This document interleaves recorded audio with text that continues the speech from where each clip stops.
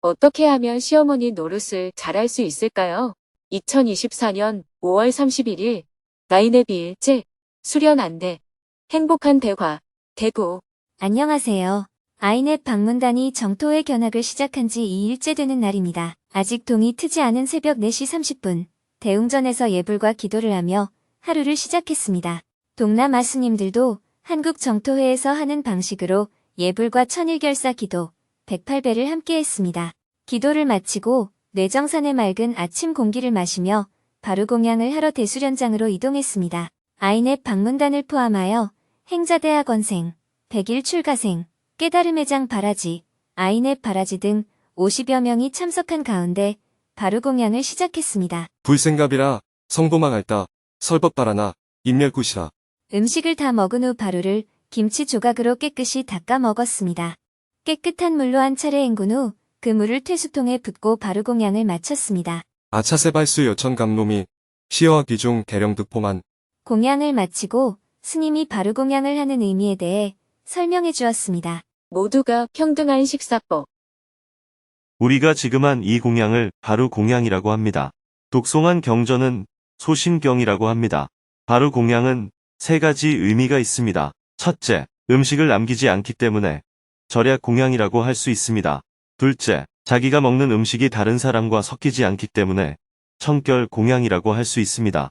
많은 사람과 밥을 함께 먹어도 어떤 전염이 일어나기 어렵다는 점에서 그렇습니다.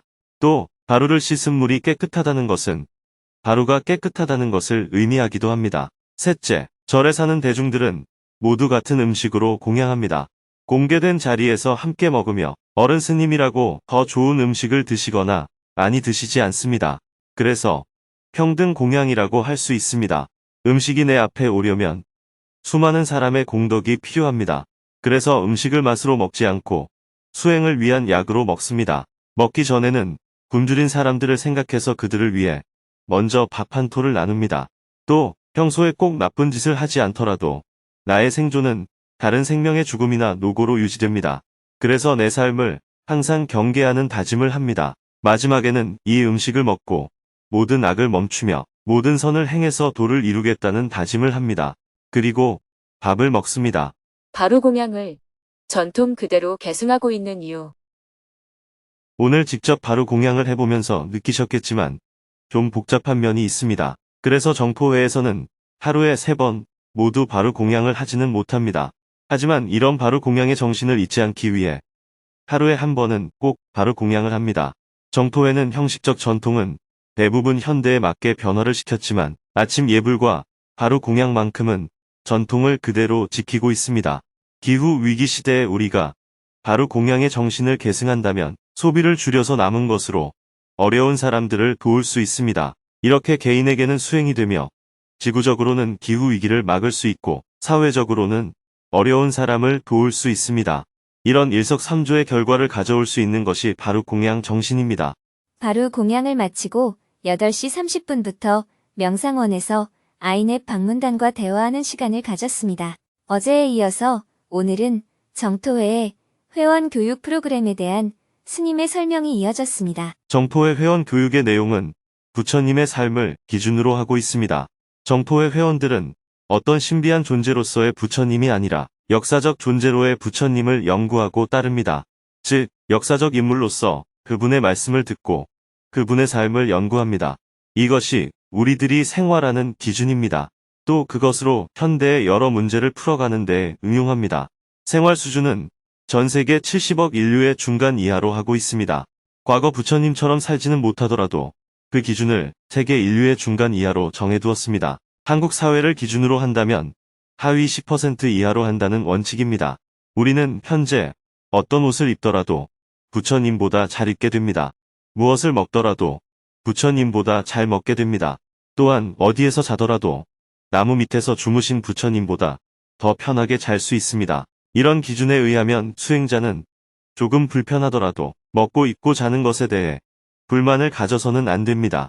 어쨌든 저희는 이런 부처님의 삶과 가르침을 기준으로 생활합니다. 정토회 회원 교육의 핵심 내용.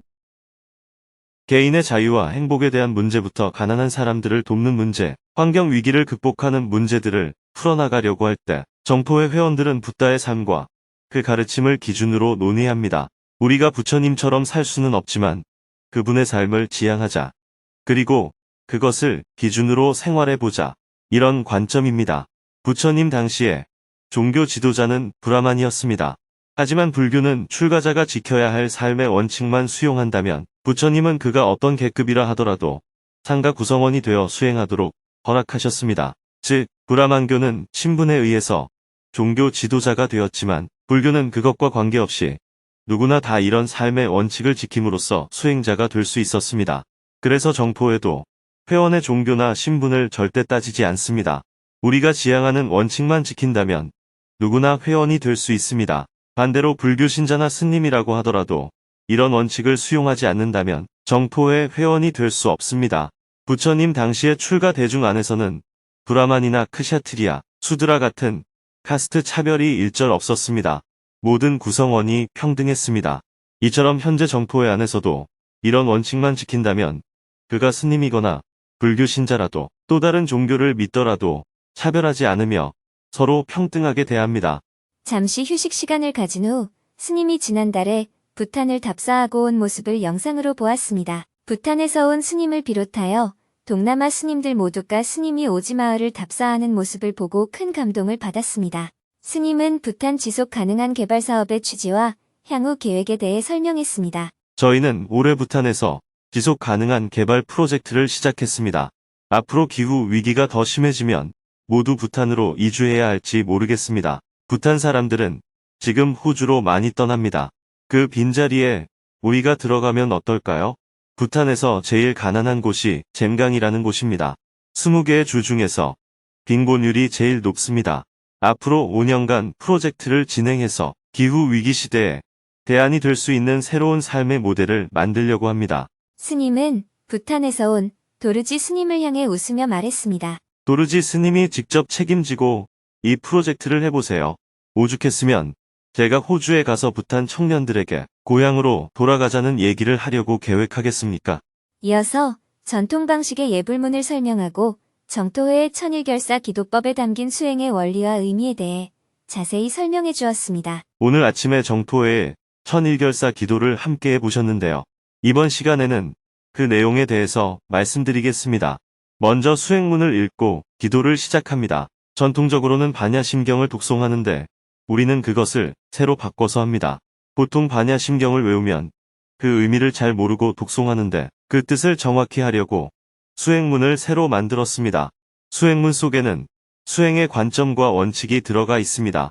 첫 번째가 모든 괴로움은 다 내 마음에서 일어난다 하는 것입니다. 모든 괴로움은 자기에게서 생기는데 어리석은 사람들은 그것이 밖에서 온다고 착각합니다. 그래서 이곳, 저곳, 이 사람, 저 사람을 찾아다니며 행복과 자유를 구합니다. 그리고 각종 법회에 대해 자세히 소개하고 궁금한 점에 대해 질문을 받은 후 오전 프로그램을 모두 마쳤습니다. 11시 30분에 점심 식사를 했습니다. 먼저 식사를 준비해준 대전 충청지부 봉사자분들을 위해 동남아 스님들이 축원 기도를 해주었습니다. 축원 기도를 마치고 다 함께 식사를 했습니다. 식사를 마치고 동남아 스님들과 환담을 나눈 후 오후 프로그램을 시작했습니다. 오후 1시부터는 어제 다 하지 못한 참가자 소개 시간을 가졌습니다. 태국에서 온 비구 스님들과 비구니 스님이 자신이 속한 단체에서 하고 있는 활동을 소개해 주었습니다. 먼저 태국에서 온 차이아폰 스님과 프라설트 스님이 소개를 했습니다. 저희들은 태국에서 온 비구 스님입니다. 방콕 근처에 있는 아쇼카람이라는 절에서 살고 있습니다. 빨리어와 아비 달마를 가르치고 있고 장애인들을 지원하는 일을 하고 있습니다. 환우들을 돕기 위한 마라톤 대회도 엽니다. 다음은 태국에서 온 사카다라니 비구니 스님이 소개를 했습니다. 저는 태국의 남부지방 말레이시아 국경에 위치한 작은 비구니 사찰에서 왔습니다. 노숙자들, 부상당한 사람들, 독거노인들, 고아들을 돕는 일을 하고 있습니다.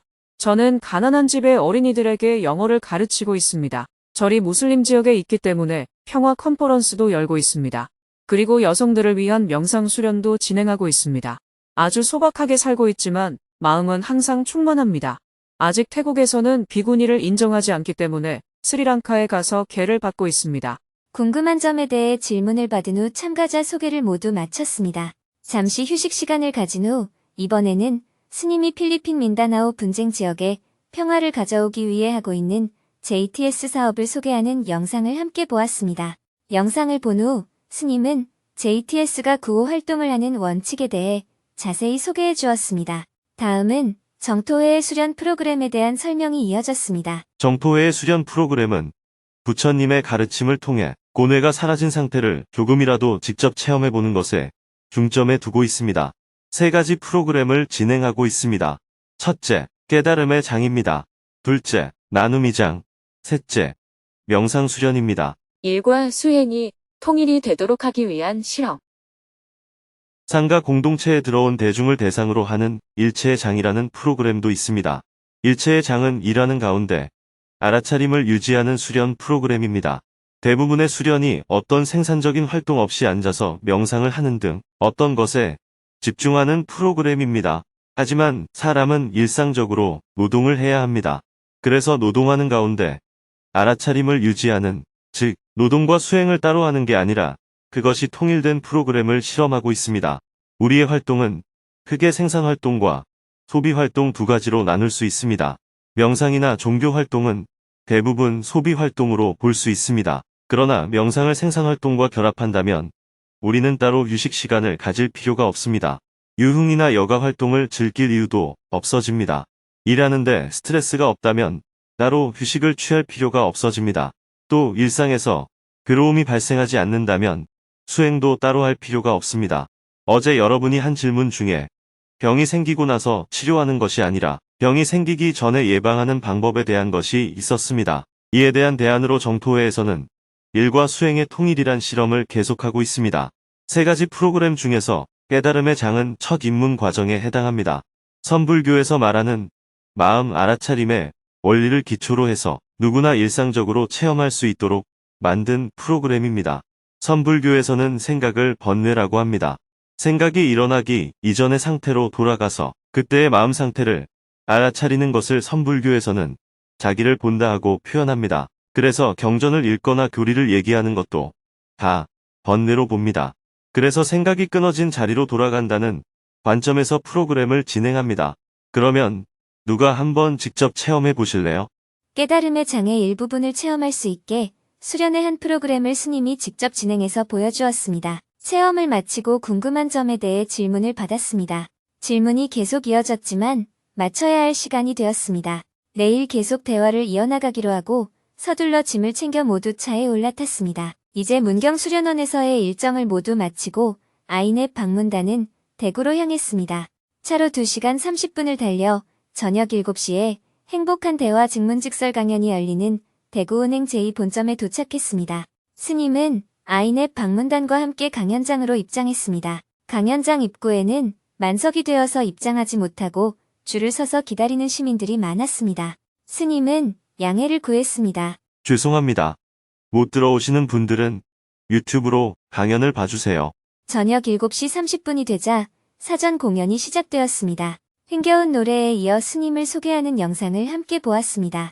소개 영상이 끝나고 스님이 무대에 오르는 동안 400명의 청중들은 큰 박수로 환호했습니다. 스님이 웃으며 인사말을 했습니다. 인생을 살아가다 보면 이런저런 일과 예기치 못한 사건들로 괴로울 때가 많습니다. 그럴 때마다 우리는 어떻게 살아야 하느냐 이런 고민들을 하게 되는데요. 그런 고민들을 친구가 친구에게 얘기하듯이 가볍게 내어놓고 서로 대화를 해보도록 하겠습니다. 원래 부처님의 가르침은 교리나 경전을 얘기하는 것이 아닙니다. 당시 사람들은 자신이 가진 고뇌를 가지고 부처님과 대화를 하다가 대화 중에 스스로 깨달았습니다. 부처님과 대화를 나눈 사람들이 자각을 하고 그 고뇌로부터 벗어난 대화 내용을 모아놓은 것이 바로 경전입니다. 본래부터 불교 교리가 있었던 것은 아닙니다. 이런 수많은 대화가 먼저 있었고 나중에 후대 사람들이 대화의 핵심 내용이 무엇인지 정리해서 나온 게 교리입니다. 그런데 오늘날 우리는 교리를 먼저 공부하기 때문에 지식은 많이 늘어나는 반면 고뇌는 사라지지 않는 것입니다. 자, 그럼 여러분의 고뇌를 한번 들어보겠습니다. 유튜브 생방송에는 6,200여 명이 접속했습니다. 아이넷 방문단은 청중석의 맨 뒷자리에 앉아서 통역을 통해 강연을 참관했습니다. 먼저 사전에 질문을 신청한 분들이 스님에게 질문을 했습니다. 오늘은 8명이 스님과 대화를 나누었습니다. 다양한 연령대의 가지각색의 사연이 담긴 질문이 있었습니다. 첫 번째 질문자는 아들이 곧 장가를 가는데 어떻게 시어머니 노릇을 잘할 수 있는지 스님에게 걱정스러운 마음을 이야기했습니다. 어떻게 하면 시어머니 노릇을 잘할 수 있을까요? 저는 내년에 아들이 장가를 가서 시어머니가 될 사람입니다. 결혼 준비는 자기들이 알아서 한다고 걱정하지 말라고 합니다. 그런데 저는 먼저 시어머니가 된 여러 선배 시어머니들의 살벌한 이야기를 너무 많이 들어서 시어머니가 되는 게 기쁘기보다는 염려가 많이 됩니다. 며느리 노릇도 엄청 힘들었는데 시어머니 노릇은 더 힘들 것 같아요. 시어머니가 되어서도 가볍고 편안하게 살 수 있으려면 어떻게 해야 할까요? 제가 보기에 질문자는 지금 자기 아들이 장가 간다고 자랑하고 있는 것 같네요. 우리 아들 장가 가는데 스님은 아들 없죠? 하고 얘기하는 것 같아요. 며느리 노릇은 내가 안 하고 싶다고 안 할 수가 없습니다. 결혼을 하게 되면 내 남자의 어머니가 계시니까 며느리 노릇을 안 할 수가 없어요. 며느리 노릇은 선택의 여지가 없어서 할 수밖에 없었지만 시어머니 노릇은 내가 안 하면 됩니다. 그런데 얘기를 들어보면 시어머니 노릇을 하고 싶다는 것 같아요. 시어머니 노릇을 하기 싫으면 그냥 안 하면 됩니다. 시어머니 노릇이 얼마나 힘든지 걱정할 필요가 없는 이유는 나는 시어머니 노릇을 안 하겠다. 이렇게 내가 입장을 정해버리면 되기 때문입니다. 하나도 힘들지 않아요. 시어머니 노릇을 안 하는 방법은 이렇게 쉽습니다. 남도 아니고 그래도 34살까지 키운 아들인데요. 며느리가 34살까지 키운 남자를 데려가니까 본전을 좀 뽑겠다는 얘기지요. 아니요.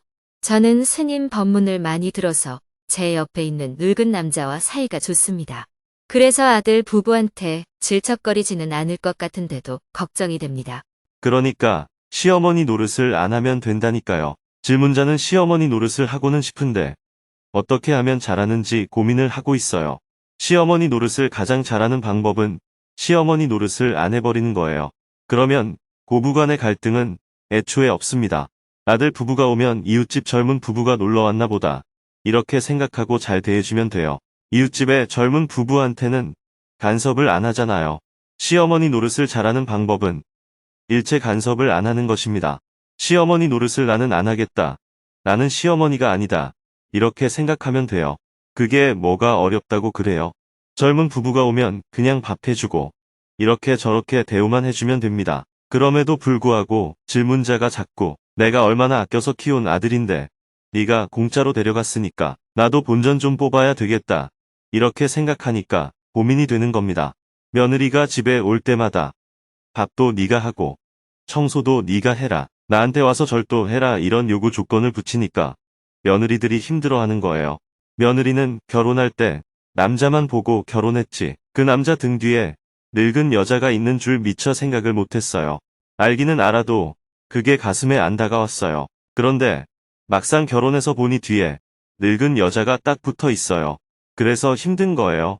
한 남자를 두고 두 여자가 경쟁을 하게 되니까 힘든 겁니다. 질문자가 아들의 등 뒤에 붙어 있는 늙은 여자 노릇을 딱 끊어버리면 며느리는 질문자와 전혀 시비할 일이 없습니다. 아들이 장가 안 가고 집에 있으면 심부름을 시킬 수도 있고 좋은 점도 있지만 걱정이 되잖아요. 그런데 어떤 여자가 와서 고민거리를 해결해 주니까 얼마나 고마워요. 항상 우리 아들과 살아줘서 고맙다 이렇게 생각하면 저절로 시어머니 노릇을 잘하게 됩니다. 네, 감사합니다. 한 남자를 두고 젊은 여자하고 늙은 여자가 경쟁을 하면 늙은 여자가 아무리 노련해도 경쟁에서 이길까요? 질까요? 집니다. 대다수가 젊은 여자에게 집니다. 그러니 아예 경쟁을 안 해야 돼요. 이제 결혼했으니까 남이라고 생각해야 합니다. 이웃집 젊은 부부가 놀러 왔다. 이렇게 생각해야 해요. 내 아들이라고 생각하면 며느리 역할을 어떻게 해라 하고 자꾸 요구가 생기기 때문에 갈등이 일어나는 겁니다. 예를 들어 질문자가 딸 집에 갔다고 합시다. 딸은 아침에 누워 자고 사위가 일어나서 음식을 차려놓고 애들 밥도 먹이면 질문자가 볼 때 보기 좋을까요? 안 좋을까요? 보기 좋을 것 같습니다. 그런데 아들 집에 갔는데 며느리는 자고 아들이 일찍 일어나서 밥을 하고 애들 밥 먹이면 기분이 나쁠까요? 안 나쁠까요? 속이 뒤집어질 것 같습니다. 질문자가 좋은 시어머니가 되기 어려운 이유를 아시겠어요? 우리 아들이 참 훌륭하구나. 제 아버지를 안 닮아서 다행이다 이렇게 생각해야 합니다. 질문자도 남편이 그렇게 해주기를 원했잖아요. 우리 남편이 못해준 것을 우리 아들은 저렇게 잘하니 참 보기 좋다 이렇게 생각하면 아무 문제가 없어요. 딸 내 집에 가서 사위가 밥을 하는 모습은 좋아 보이는데 아들 내 집에 가서 아들이 그럴 때는 눈이 뒤집히잖아요. 그래서 고부간의 갈등이 생기는 겁니다. 이해가 되셨어요? 마음이 한결 가벼워졌습니다. 질문자는 좋은 시어머니가 되고 싶어요? 아니면 아예 시어머니 노릇을 안 하는 게 좋겠어요? 시어머니 노릇을 아예 안 하도록 하겠습니다. 네, 잘하셨어요. 스님, 감사합니다. 계속해서 질문들이 이어졌습니다. 사전에 신청한 질문을 다 받고 현장에서도 3명의 질문을 받았습니다. 손을 든 사람이 더 많았지만 이미 2시간이 지나 있었습니다. 대화를 마치며 스님이 마무리 말씀을 해주었습니다. 대화를 나눠보니까 별일 아니죠. 여러분이 사는 것도 다 별일 아니에요. 이런저런 일이 있어도 살만해요. 그 당시에는 힘들었지만 지나놓고 돌아보면 다 괜찮았어요. 안 괜찮았어요? 괜찮았어요. 그것처럼 지금도 괜찮아요. 지금 괜찮은 줄 알고 웃으면서 사시기 바랍니다. 그래야 미래에도 괜찮아집니다. 자꾸 지금이 안 괜찮다고 생각하면 그 기운에 의해서 나중에도 안 좋아집니다. 이렇게 관점을 갖고 늘 행복하게 사시기 바랍니다. 혼자서 안 되면 행복학교에 등록해서 다니면 조금 도움이 될 거예요. 여기까지 하겠습니다. 강연이 끝나고 곧바로 무대 위에서 책 사인회를 했습니다. 많은 시민들이 줄을 서서 스님의 사인을 받고 돌아갔습니다. 스님은 책 사인회를 하면서 한 명 한 명과 눈을 맞추며 인사를 나누었습니다. 참석자들이 모두 강연장을 빠져나가고 스님은 오늘 강연을 준비해준 대구 경북 지역 행복시민들과 기념사진을 함께 찍었습니다. 모두 뿌듯한 얼굴로 행복시민 파이팅을 우렁차게 외쳤습니다. 스님은 봉사자들에게 감사의 마음을 전한 후 강연장을 나왔습니다. 대구를 출발하여 두북 수련원으로 향했습니다. 차로 1시간을 달려 밤 11시가 되어 두북 수련원에 도착한 후 아이넵 2일째 일정을 마쳤습니다. 내일은 오전에 두북 농장을 둘러보고 농사일 체험을 하고 살리고 센터를 방문하여 재활용 유통사업에 대한 설명을 듣고 오후에는 운문사를 방문하여 비구니 스님들과 대화를 하고 저녁에는 스님과 대화하는 시간을 가질 예정입니다.